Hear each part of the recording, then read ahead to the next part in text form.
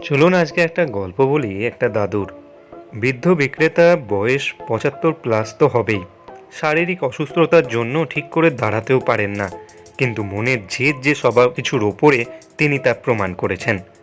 নিজের সম্মানের সাথে ব্যবসা করে উপার্জন করছে, কারো কাছে অযথা পয়সা চাইছে না, দিতে চাইলেও তা দিতে রাজি নয়। রাত তখন 10:45 হবে।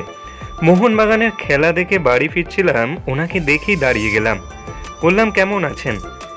উনি বললেন, বাবা এই ভালো, উপরওয়ালা যেমন রেখেছেন। বললাম, কতক্ষণ এই ব্যবসা করেন?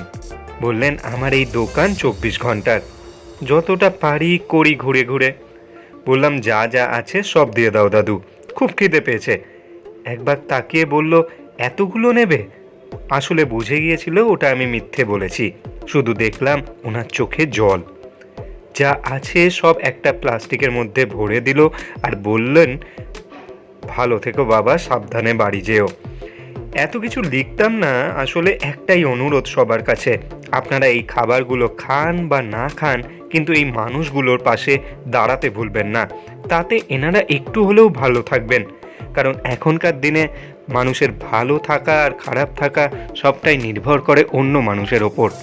কারণ অন্য মানুষকে ভালো রাখতে বা থাকতে কোনো মানুষই এখন আর সাহায্য করতে এগিয়ে আসে না। ওনার এই ঝুলির সবকটা জিনিসই 5 বা 10 টাকার মধ্যেই।